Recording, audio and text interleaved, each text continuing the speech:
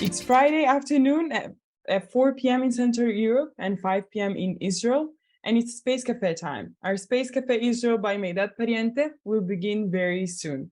As always, we really appreciate your participation and ongoing feedback, and we will learn and improve based on your feedback. I am Elena Vocale, event coordinator at SpaceWatch.Global. SpaceWatch.Global is a Europe-based online platform for information in and about space and new space activities in a geopolitical context.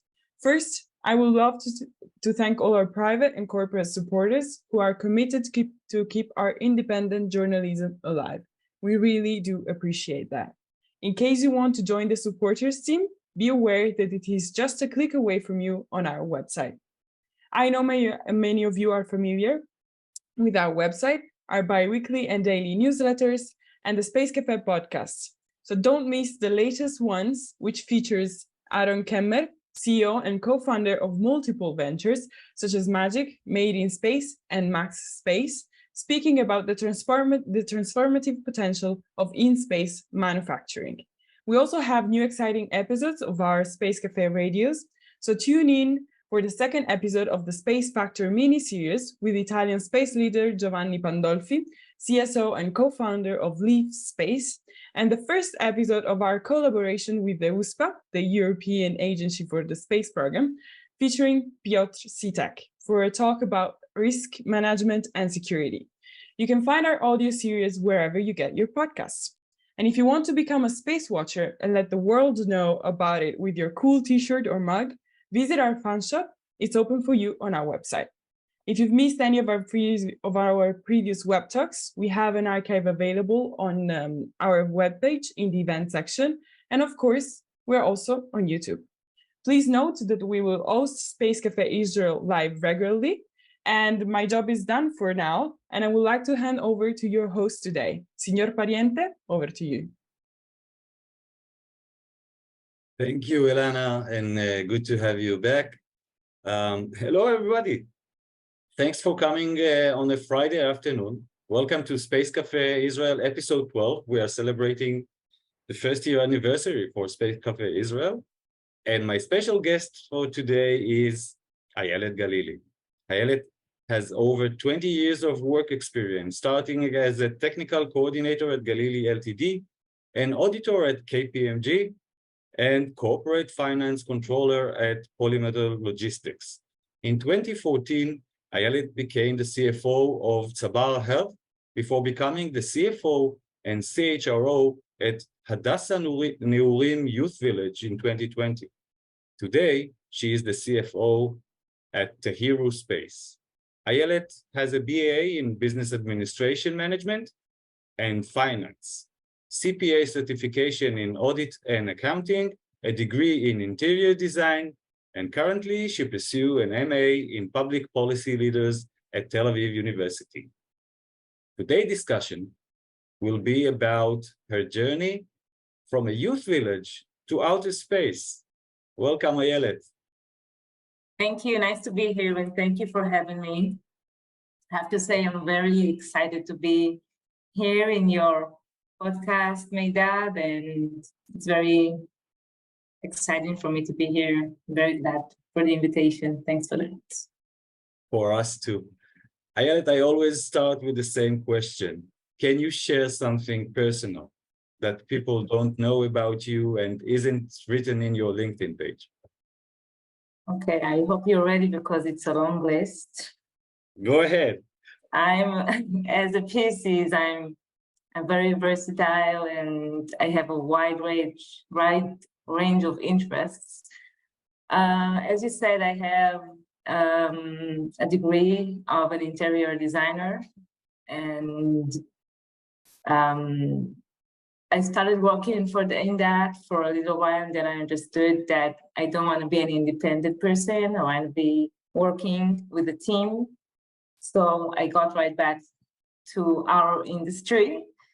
And aside then my interior design certificate, I have accomplished a course in radio in 102 FM. It's a famous radio station in Israel. Radio Tel Aviv. Right, Radio Tel Aviv, and also tried my luck there, but eventually I guess I'm not radiophonic enough. And after that, I started dancing. I was a ballroom dance instructor for newcomers. My favorite dance is Roomba. Oh, nice. Yeah. And it goes on and on. I really like the diversity. I like going from one field to another. It doesn't have to be connected to each other. And as you will learn, and as you said, it characterizes both my professional and my personal journey. I like going through one field to another. It keeps me alert and engaged, and I can also say that I practice Pilates since I was 18. I like running, and I like to travel around the world to different places.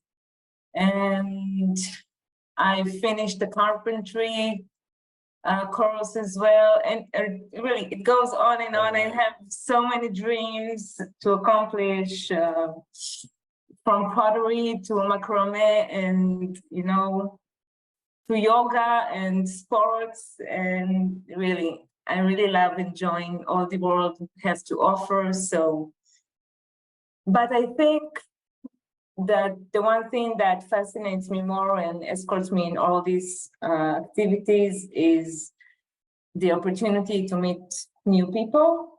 And I believe that each person represents a unique universe, and I'm so excited to meet a new person and learn about his perspectives and his opinion and his way of life. And it's always been like an anthropological research, and that's my favorite thing since since I started dating.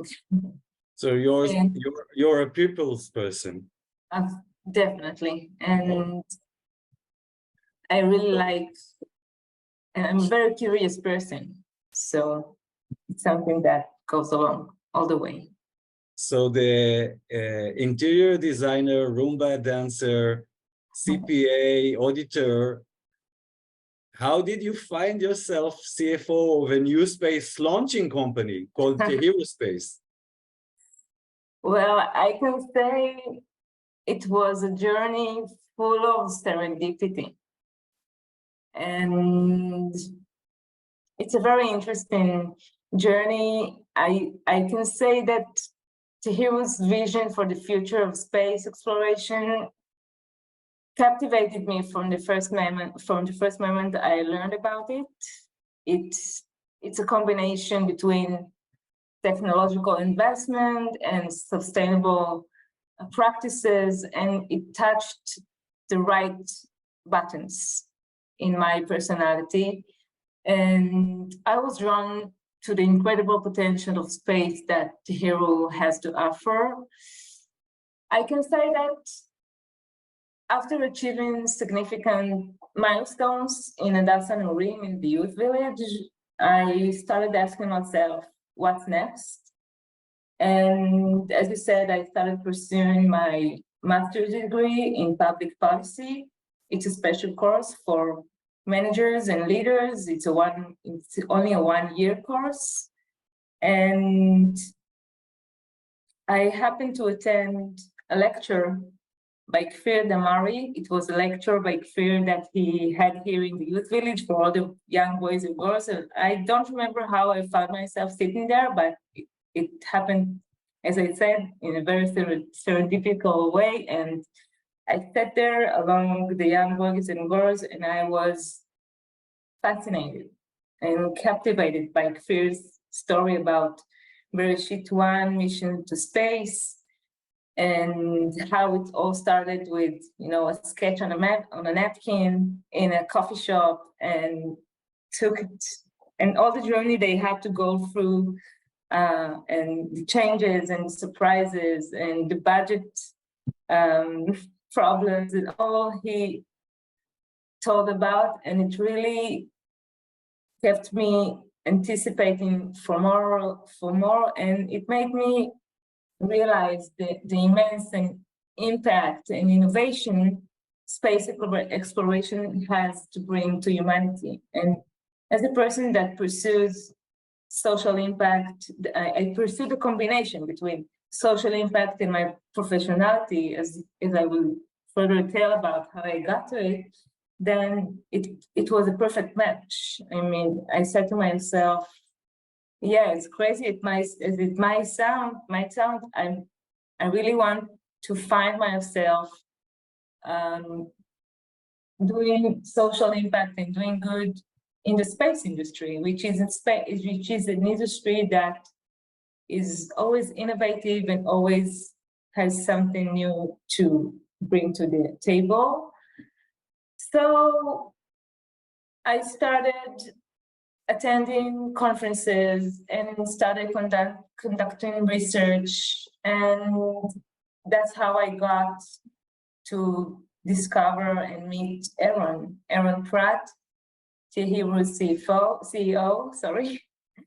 And then I took it upon myself to convince him that the startup was missing someone like me, someone that has a strategic financial vision, an expert that could establish infrastructures, develop financial business plans, and bridge the gap between technological and operational terms and translate it to financial considerations. And as the opportunity arose to contribute my financial expertise to Tehiru, I knew it was a perfect match. And luckily, and I really appreciate the opportunity, Aaron was smart enough and kind enough to offer. I got the role of being the CFO of Tehiru, and it's history since then. Yeah, it's been 6 months, but it looks like it's a long journey, and I get the opportunity to work with an amazing team, and I'm very, very grateful for this opportunity and for this ride and journey, and I'm looking forward to the future. First of all, nothing is a coincidence. This is my belief. This is how I conduct my life. So there was a reason behind you listening to the inspirational talk. And I'm very happy to learn that you made your own opportunity by approaching Aaron. And that leads me to my next question. Your journey is incredible, touching many industries such as plastic, healthcare, and e-commerce. Can you point out what is different in the space industry from your perspective? I have to say that, going back to what you just said, you know, it takes some courage to move from one industry to another, but as a mother to 3 kids, I always tell myself that I have to set an example. So if I want to really stand behind the sentences I keep telling to my kids, live your dreams, be courageous, don't be afraid of failures, then I think that's what keeps pushing me to new adventures. And that's what stood behind, you know, listening to this lecture just like a kid and living the dream, making it possible, trying and failing for the worst case, but we didn't get there yet. So about the space industry and other industries, I know, well, how can I say?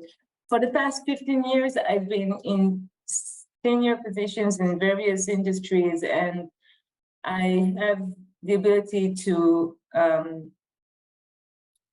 I don't know how to say it. Let me rephrase it for a minute.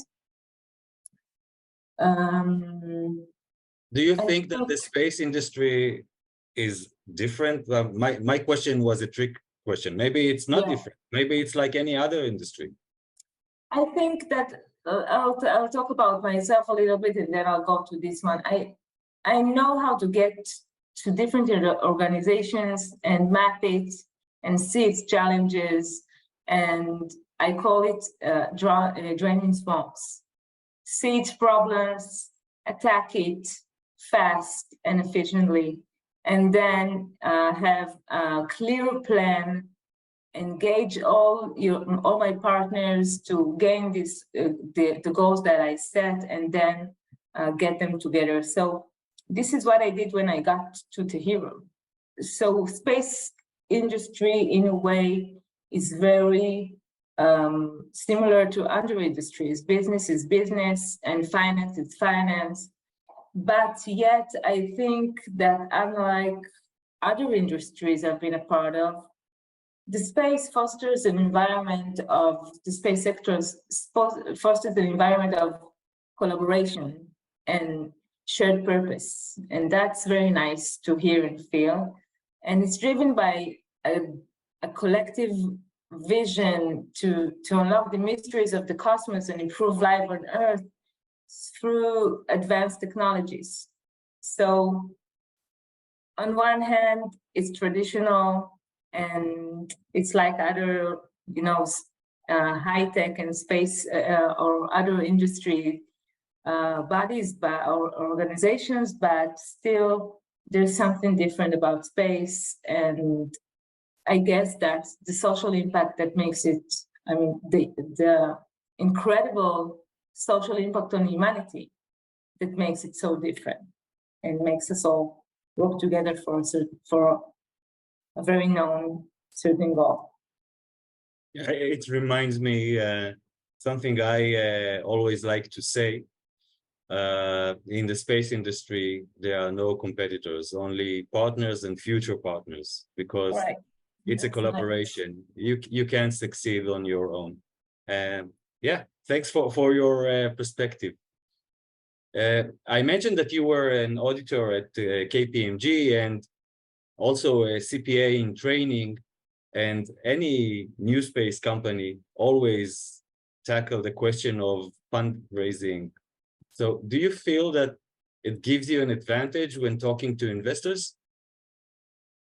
Well, yeah, I think that investors like sitting in front of an expert and be sure that someone who has the experience and profession to present them the plan and the numbers. I think that my experience as an auditor and my ongoing training as CPA has provided me with a robust financial skill.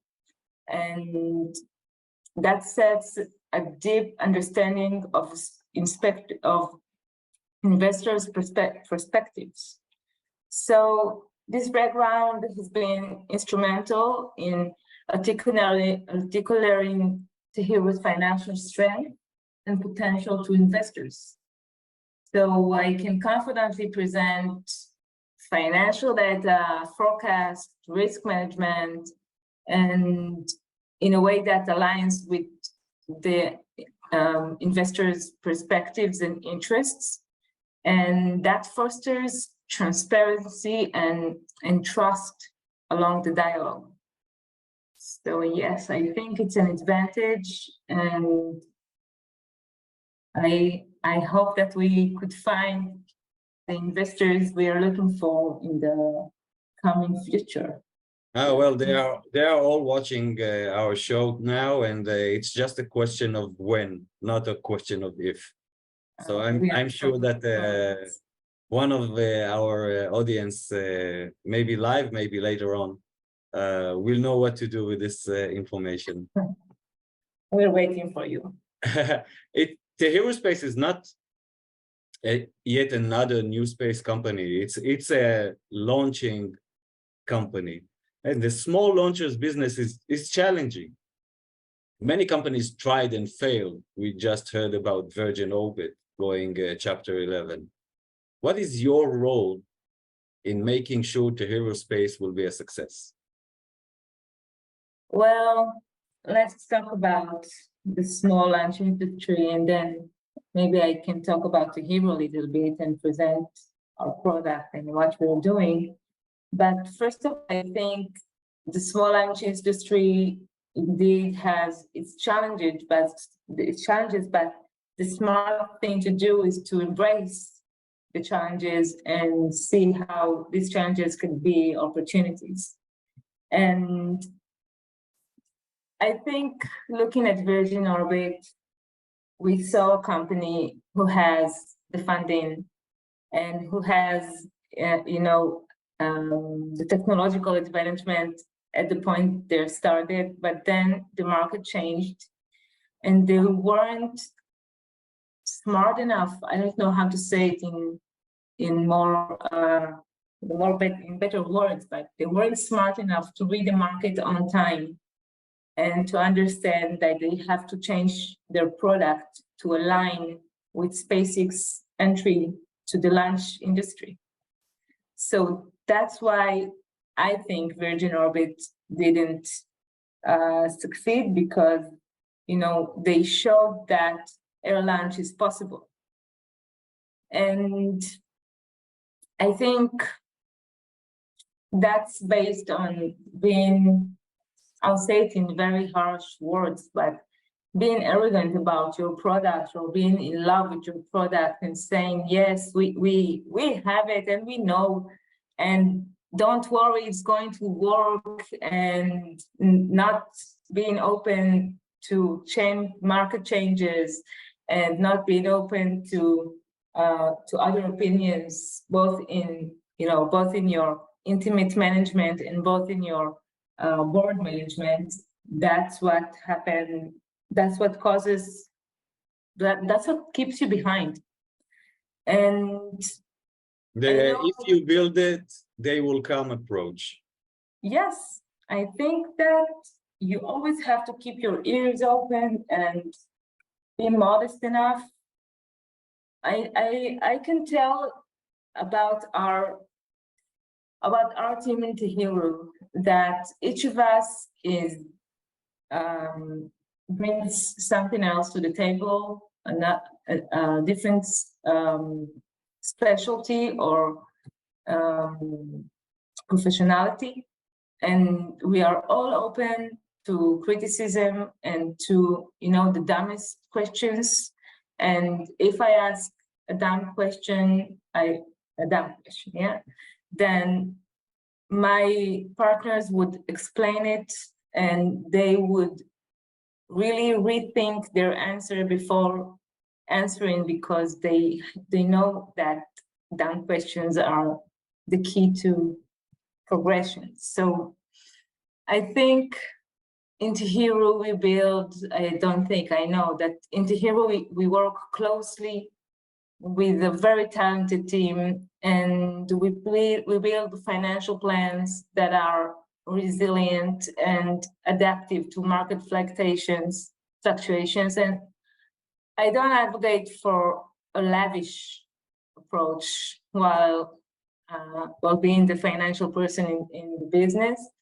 We emphasize cost management and operational efficiency, enabling us to optimize resources and maintain financial sustainability.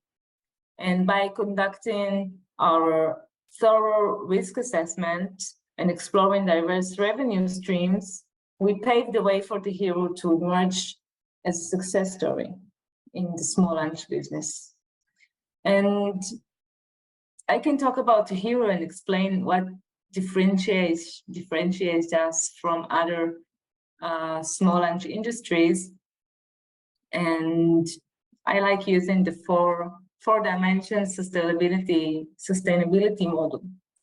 So we basically, in Tehiru, we use air lunch, and I know that air lunch is kind of jaded and it has, bad opinions thanks to Virgin Orbit. But as I said before, this technology hasn't failed. The product failed, but the technology of air launching hasn't failed. So we go for air launch, and then I'll say it differently. It's air launch, and it's like SpaceX, but it's for small payloads, and it has our special technological advancements. So basically, it's a rapidly reusable system thanks to a drone-inspired electric landing system.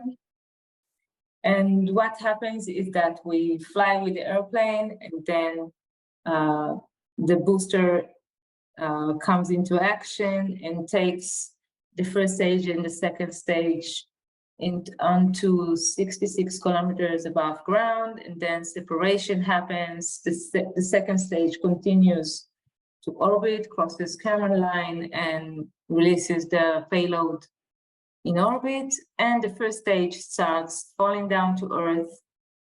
And at 30 kilometers above ground, it opens air brakes, which causes friction with the air. And then our electric landing system gets in operation. The arms, 6 arms of 6 propellers are opened, and that allows us to land in a certain point that we choose.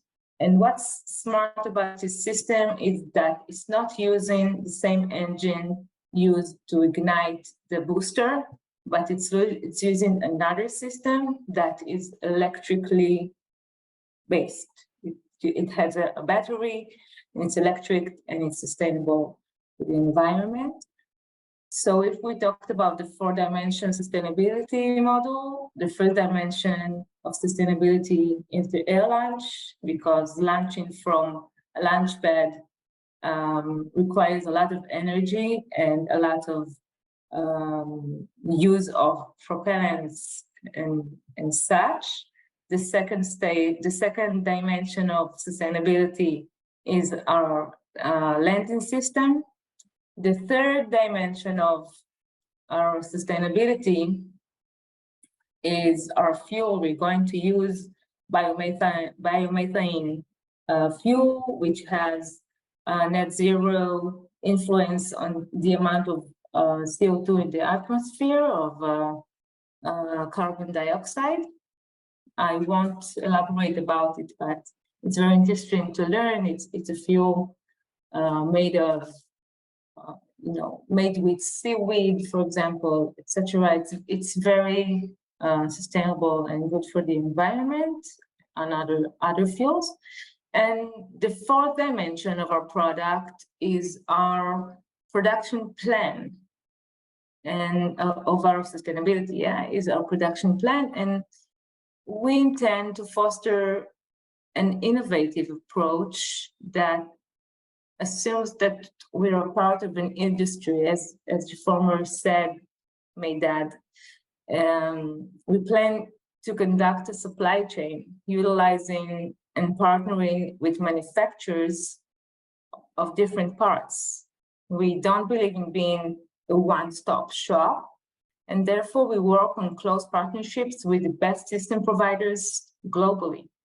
So Tehiru proposes a per-launch payment system, payment agreement, and that enables us to have a win-win situation where the developer of the system that we're buying we are buying the system from a developer that has the motive and the interest to keep it innovative and keep progressing the system. And we, on the other hand, are going to pay per launch, and that's what makes it sustainable for all the industry. And we always say that we don't like to be the smartest person in the room. So we like to work with professionals all around the world, and that's Tehiru. That's our product. I hope I explained it good enough, and that's it.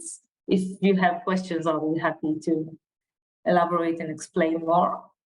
And first of all, just to make sure that everybody understood, I'll try to repeat what I understood in my words. In a nutshell, air launch, reusability, and the first stage actually becomes a drone, electrically powered, and soft land for fast reuse.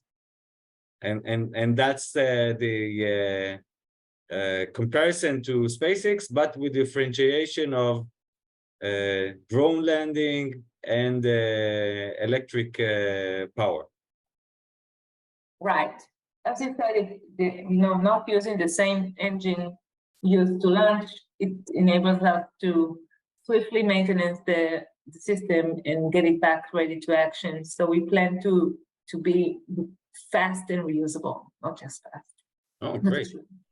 What about the name itself? What is Tehiru? Wow. That's thanks to Aaron, our brilliant CEO. Tehiru is a name from the Kabbalah, and it represents eternity, and it has different explanations, but one of them is the eternal fire, or it's a very, I suggest you Google it and learn about it, because it's very, very interesting. And that was another, good point and a good, button pressed when I learned about what Tehiru means. Oh, cool. So in a few days, this interview will go online, and we'll have links, hot links. No, we'll have hot links to the Tehiru webpage and other elements. Nice. Let's talk about your role at Hadassah Youth Village. What were your responsibilities? Why did you choose to invest in youth as a career path? Okay, so yeah, that's an interesting story. And I'll take you a few steps back and explain how I got to be so socially involved, and how I got to my career in Hadassah Nurim. So I first have to say that Hadassah Nurim holds a special place in my heart, and the opportunity to influence the next generation of leaders and innovators and helping them realize their full potential was a remarkable journey, and I'm thankful for this opportunity as well. And I'm very glad I had the opportunity to contribute in this field. And I think I have to take you back to my first role as CFO in Sabar Health to explain how I got to Hadassah Nurim. So when I got to Sabar Health, I was assigned to be the CFO. It was a privately owned healthcare enterprise established by Ron Sabar, who is a doctor, a family doctor from Emek Hefer, from a local city here in Israel, and he had the guts and courage to do something different, and he opened Sabar Health in order to move the hospital beds out of corridors and bring our modern medicine one step back and bring it back home where possible and where it's right for the patients. So when I got to Sabar Health, it was a family company, a family organization. It was Ron Sabar and his wife, Ronit, managing the company. And alongside the new management team, I contributed to transform the company from family-run establishment into a well-organized organization. And my responsibilities encompass establishing infrastructures across various domains, including HR and operations and customer service and IT and marketing and of course, finance. And after 4 years, we achieved the entrepreneurs Ron Sabar's dream, and we sold the company to Milgam. which is a big company in Israel. We're big and operational company in Israel. And today, Tzibar Health has gained recognition as hospital without bricks and walls, just like Kaplan and Bellinson and Ichilov and Sheba, like the biggest hospitals in Israel. It's a real alternative for hospitalization, and it involves this recognition was very important in this company's life, and that was my first role as CFO, and it really touched a special place in my heart, since it got me to realize that my professional path has to be involved with making an impact on someone's life.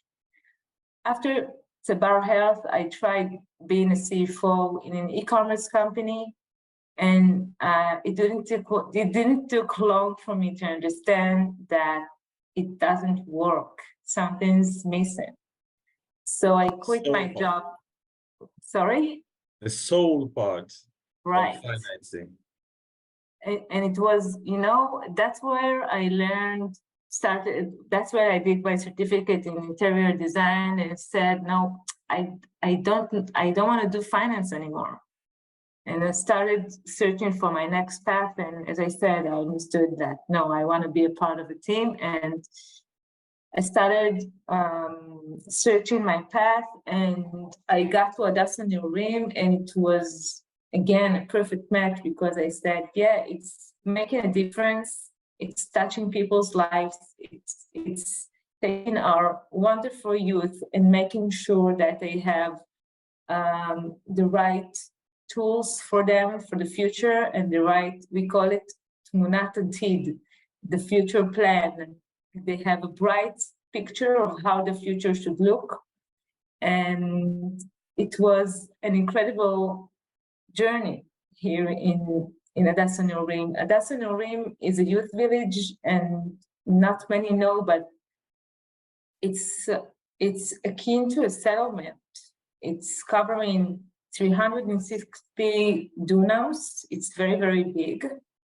And the village is responsible for all infrastructures, including electricity, water, lighting, road construction. It has a school, it has a boarding school, it has a dining room, the residentials and public buildings like cultural hall or sports facilities. It has a pool. It's a real city. It's a settlement, and there are families living here.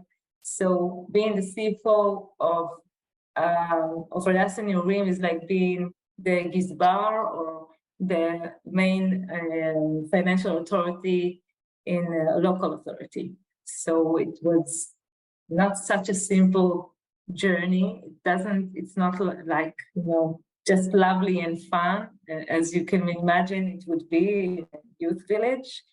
And when I got here to Hadassah Neurim, the village faced numerous challenges that jeopardize its continuity.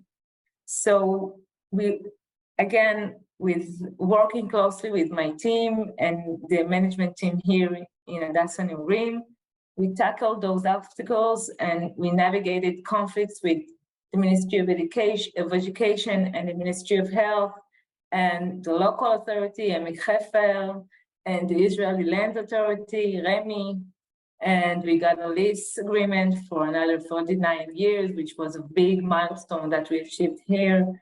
And I can definitely say that our efforts successfully resolved they resolved these obstacles, and they secured the village's future for many years to come. And that was so satisfying and filled us with pride.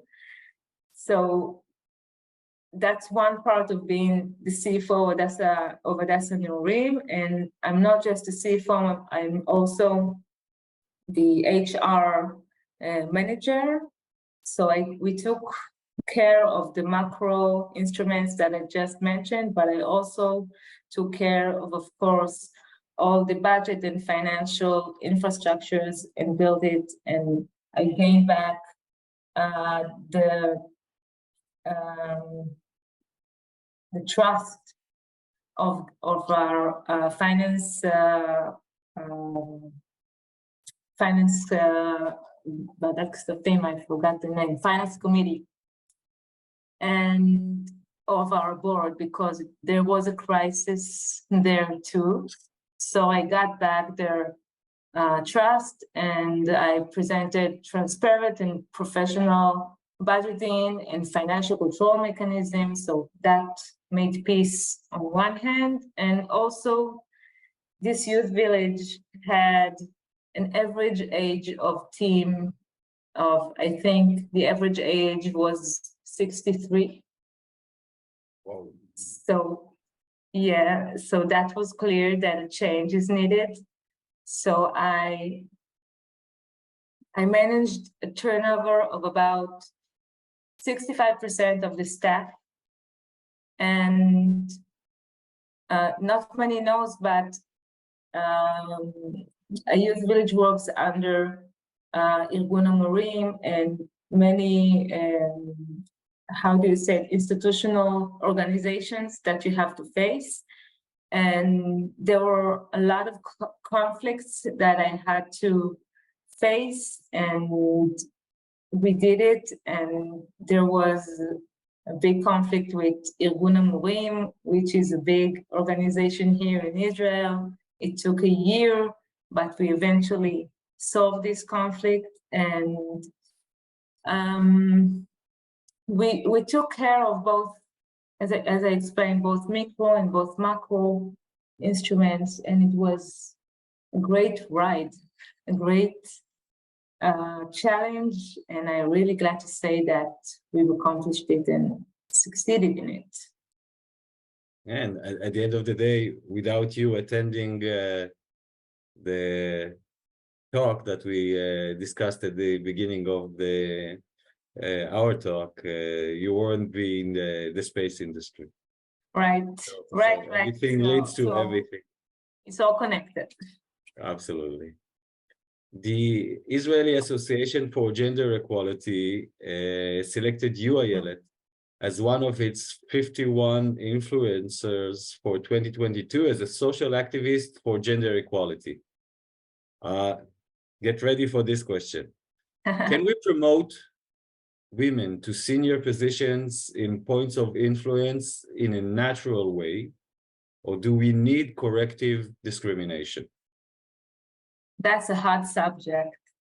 I can tell you that we had a discussion about it in our women community I'm part of in the last week. So first of all, the Israeli Association's recognition is truly an honor. It's run by Hannah Rado, which is a social impact entrepreneur, and I love this woman. But I want to talk about something else. And I think that it's essential to recognize that historical gender biases and system barriers can detain equal opportunities. So to foster gender equality, organizations and society at all levels, from government to local authorities to companies, in every level we might choose, they need to implement corrective measures. I think that policies that encourages gender balanced representations in leadership roles is really mandatory, and it has to come side by side with mentorship programs. And I can say that I was a mentor myself for a period in the past years, and it has to include diversity initiatives. So to your question, absolutely yes. I mean, not all women needs this encouragement and needs this stage, but not all women feel comfortable, even to participate in this kind of podcast. So we have to have more role models, women role models, to enable us to catch up with the gap that we have.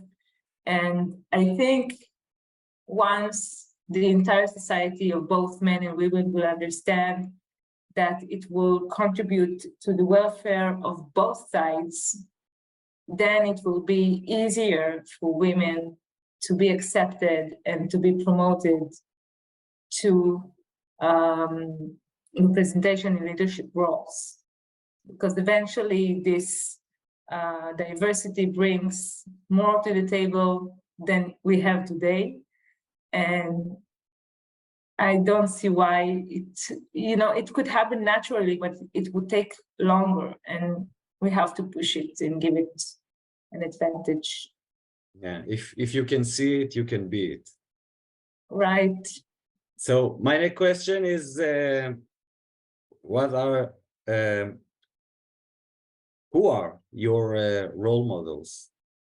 Let us know a few Israeli women that you consider role models and you suggest that all of us will follow. Okay, I hope you're sitting tight. Yeah, of course. First of all, there's Hannah Radu, which I briefly talked about. I really admire this woman, and she has a lot of courage, and I recommend following her. But I want to talk about widely about Dr. Esti Reader Indorsky. She is a distinguished writer. I met her on my second degree course called Being an Ultra-Orthodox Person in Israel. And she had a lecture about ultra-Orthodox women. And at first, I have to say that I didn't like it. I didn't like her lecture. It was very harsh, and I resisted it. But she said something that captivated me. She said, "It's okay that you're resisting now. Take the night, sleep on it, and think about it tomorrow again, and you'll see that there's more common, that you will be positive and find more common things among us than you think." And she was so right. She was just so right, and that really inspired me. And I'll talk about her briefly. So she's a feminist, she's an activist, she's devoted to elevate the status of ultra-Orthodox women in decision-making spheres and foster dialogue across the Israeli society. She has a doctorate from Tel Aviv University, and her research explores the study of Gemara along women, which is not that common. Yeah. And along ultra-Orthodox women, of course. And she also is a lecturer at Emek Israel College, and she's advocated to the cooperation and the social responsibility. She just, makes you think differently about the ultra-Orthodox society and how this conflict that we all share and know of can come to a solution, because eventually it's a society that everyone can say, both the society itself and all of us in the non-religious society, that this conflict is getting bigger and bigger, and we have to face it. We can't, just let it run aside us. And she brings a new perspective to this conflict, and it's very, very interesting, and I recommend listening to her. And I recommend to take her advice, to listen, to sleep on it, and then to get back to the lecture and listening to it again, because it's very, very inspiring. I promise to sleep on it. Great. So last question from me before we open the floor for questions from the audience. How do you see Israel in 2050, and how do you see Israel's space industry in 2050? You know, that's a very sensitive question, considering all the conflict we currently have in Israel. I can't ignore us being in a very tense, and I can say that we have a social crisis right now in Israel.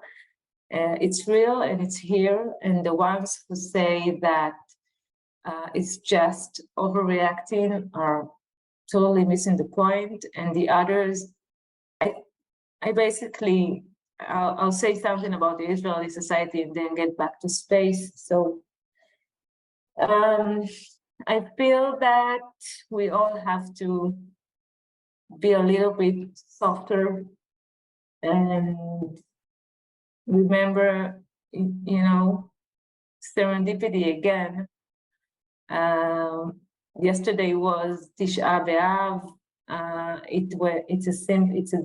It's a memorial day for the destruction of the Holy Temple, Beit HaMikdash in Israel, and it's a time that calls all Israelis and all Jews to soften their hearts and remember that we are one nation and we are eventually all brothers. And it's like a cliche, but it's really not. And underneath all these conflicts and disagreements, we have strong roots, and we have to remember that there's nowhere else for us to be. This is our country, and we have to resolve our conflicts. And keeping extreme opinions and being right will not lead us anywhere. So both sides has to compromise and get to a solution. Even if it means you give up some of your values along the way, you have to make sure that this country has a future, and it's up to us. It's not up to us, not up to us, to our leaders. I have a strong opinion about our leaders, and I think everyone currently agrees that we have a bad leadership. I'm not talking just about one side, I'm talking about two sides. We have bad leadership, and we have to take it upon ourselves to make sure that this conflict is resolved. And about space industry, I really hope Israel will be smart enough to catch up to the space race and be able to be wise enough to make sure space is not only relevant in defense and military fields, but both in civilian and commercial fields like Tehiru has to offer. And it's really up to our decision making.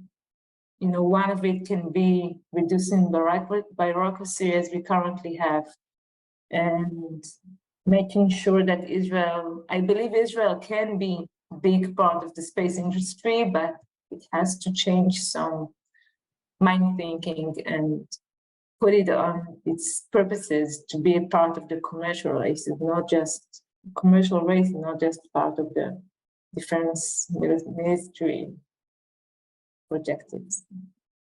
Yeah, I totally agree with your views, all of them on this subject. And I'm optimistic because, as you know, for the first time ever, in the just a couple of months, both the Industry Association and the High Tech Association opened a space branch. So now everybody recognizes the fact that there is such a thing in Israel called space industry. So that's a good sign to be optimistic. And with that, I am giving it back to Elena. Elena will be so kind to read us some questions from the audience. Sure. So we have Mark asking, how can we put all the motivations of the different space communities together and transmit that to the public? I have to say that I don't know how to answer this question. It's a very complex one. Meidad, do you have an idea? Maybe Ayelet, from your perspective, because your entire career you dealt with people. So right. I think if I can, if I may be bold enough to try to translate Mark's question is, can we find a way to find commonalities between space industries all over the world to make the entire human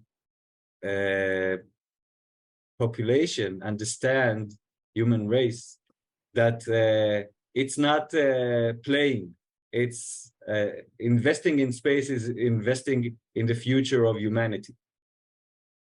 Well, you know, it's complicated. It sounds like a good purpose, but it's complicated. I'm just looking, you know, at the climate crisis we currently have and trying to connect all countries to deal with the climate crisis. As obvious as it seems that, you know, it's here and it's happening and it's important and it's worth dealing with, not all countries are actually prepared to deal with it. So if I would have to take it to space matters, I think if we would have like some kind of international corporation that could talk about space, because we have NASA and we have ESA and we have different organizations, but it's not worldwide. So maybe if we have some kind of worldwide corporation, that might happen. But eventually the world doesn't work that way, unfortunately. I think that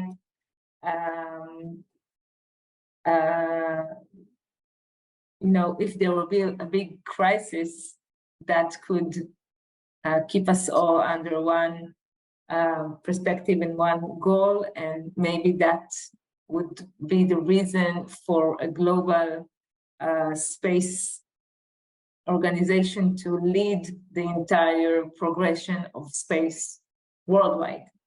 But other than that, I'm sorry to say that I don't see it happen. Okay. Elena, another question? Yes, we have Ramesh asking, may I request to inform us on the life of nanosatellites? I am not sure exactly what's the scope of the question, but... Well, I'm not an engineer, but I know that some of the clients that we approach needs in-orbit operation and needs, you know, like pharma companies and manufacturing companies needs their satellite to be in space up to 2 months and then return. I'm not sure if that's your intention, but we in Tehiru recognize this need, and we can offer up to 2 months of satellite or an instrument in space and then have it sent back to Earth, which with the launch and return progress. So I'm not sure if I got the right answer, but Well, actually, I think you answered something else, but you just opened a very interesting discussion regarding, I think, an innovative product in the industry. We're talking about limited time in space and then return to Earth using your system. So that's an amazing thing, and I'm so sad to see that our hour just ran out, because we could have a full discussion just on that. No, we can always have another conversation. Absolutely, absolutely. So Ayelet, thank you very much for the time, and especially Friday evening, Shabbat Shalom, and it's been an honor to have you here in Space Café Israel, this special anniversary episode, and back to you, Elena. Thank you. So before we say goodbye, August is summer break for us, but we regroup in September with physical events and our space cafes. So mark your calendars for the 8th of September at 4 p.m. Central European Time, when we will have our Space Café Austria by Sabine Pongruber. And then on the 27th of September, we're going to have at 4 p.m. again our Space Café Black Ops by Dr. Emma Gatti with guest Dr. Namrata Goswami. And on the 29th of September at 4 p.m. again, our Space Café Scotland by Angela Matisse. So you can find and subscribe to our events on Eventbrite. And as always, we would love to hear your feedback. So please check in with us on Twitter, Facebook, and LinkedIn. And don't forget to sign up for our daily and bi-weekly newsletters. And if you want to join the supporter team and support more events like this one, go treat yourselves with something special, because become a space watcher today or help us in the supporter program. It's shop.SpaceWatch.Global. Thank you all very much for your interest today. Thank you, Meidad, for hosting that inspiring talk. And thanks again to the entire team behind the scenes for doing this great job week by week again. Thank you, our dear audience, for joining us. I hope to see you at the next event. In the meantime, visit our website, follow us on social media, and enjoy your summer vacation, and see you back in September. Don't forget, become a space watcher. Bye. Ciao. Thanks for having me. Bye.